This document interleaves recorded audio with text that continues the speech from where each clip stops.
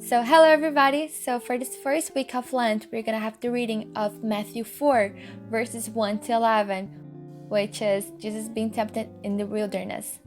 So, for us to understand, this story is gonna be told in the three of the four Gospels, which are Matthew, Luke, and Mark. And actually, Mark is really short with his description, while Matthew and Luke are gonna be more precise.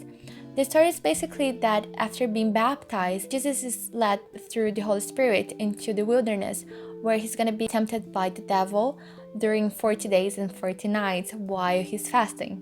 So first of all, we need to understand where he was, that is the Judean desert.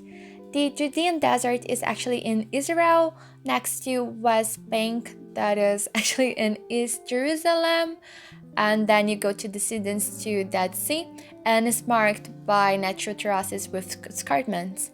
And actually the weather can change from 40 degrees to zero and certain seasons, and the living animals can be like lizards, foxes, and little leopards. So with this all information, we can see that this place is not quite pleasant to stay when you don't have any food, water, and a shelter. So just imagine with me. So Jesus is starving, running from wild animals during day and night, and he has to deal with all the ravens that is over there, and yet he's tempted by the devil. So just let's see actually now the temptations that he passed through during this whole time. So actually both Luke and Matthew, they're gonna focus on three temptations that Jesus passed through, that is focusing on hedonism, egoism, and materialism. So the first relates actually to hedonism. So this part, Satan will take advantage that Jesus is starving. He will say this: "If you're the Son of God, tell these stones to become bread." But Jesus, he replied using the description of Deuteronomy 8:3, saying, "It is written, man shall not live on bread alone, but on every word that comes from the mouth of God." So the second temptation actually is related to egoism, in which Satan picked Jesus and put him in the highest place of Jerusalem temple. And he says to him like this: "If you're the Son of God," he said, "throw yourself down. For it is written, He will command His angels concerning you, and they will lift you up in their hands, so you will not strike your foot against the stone," which is the passage of the Psalm 91 to 11 to 20. But actually, Jesus replied like this: "Do not put your Lord, your God, to the test." That is Deuteronomy 6:16. So at this point, the second temptation is actually challenging himself, Jesus, actually, by putting his faith in test and by putting God's promises in test. And actually, it's a temptation to fanaticism, which in the past actually destroyed a lot of God's servants. If Jesus yelled, it would have been sin. So for the third temptation and the last one is when Satan picked Jesus and put in a very high mountain where you can see all those kingdoms, where all the kingdoms actually on earth. And he says to Jesus that if he bows down in front of him, he will give everything to him. But Jesus actually replies from a passage from Deuteronomy 6:13 that says here, "Worship the Lord your God and serve him only." And I found a really nice commentary that says here that with this final temptation must be symbolic interpreted. Such worship as is offered God cannot be meant, for a very piteous soul would be shrink from that horror. And for Jesus, it could be constitute not temptation at all. Rather, a compromise with Satan must be meant, such as compromise as would essentially be a submission to him. Recalling the veils of the times and the course of Jesus' ministry, we can think the compromise nothing else than the adoption by Jesus of the program of politician messiahship and its worldly means of war, etc.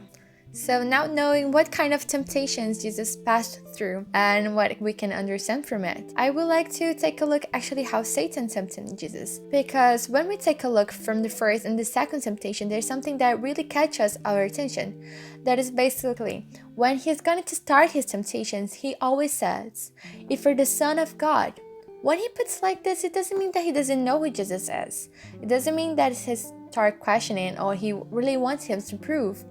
But he starts doing this kind of sentences because he wants Jesus to start doubting himself, who he is. So that's why the baptism of Jesus Christ before he's going to the wilderness is so important. Because when he's baptized, God comes and he actually says like this, "This is my son whom I love, with him I'm well pleased." So with this kind of information, Jesus has the foundation where he can stand and defend from himself.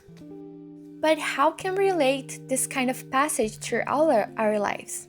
Well, we are tempted every day, even from our flesh or other ways.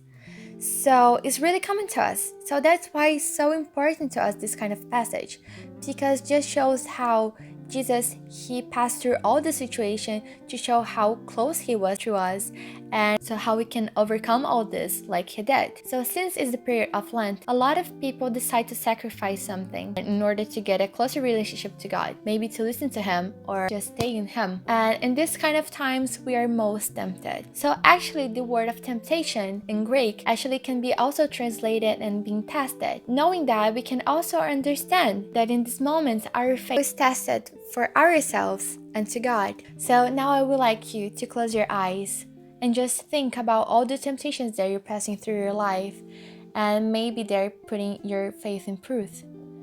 And now I would like you actually to just think how you can overcome all those things like Jesus did by actually firming your identity in God. And just stop for a moment, a couple minutes, and just think about this. And maybe you have a description in your head, and just read it and just template about all those things that God is saying to us. And just stop and just listen to God's voice and be guided by this. So yeah, it was great to see you, and it was great to just share a little bit of more of this information of this lovely passage. So see you in a couple of weeks, and bye!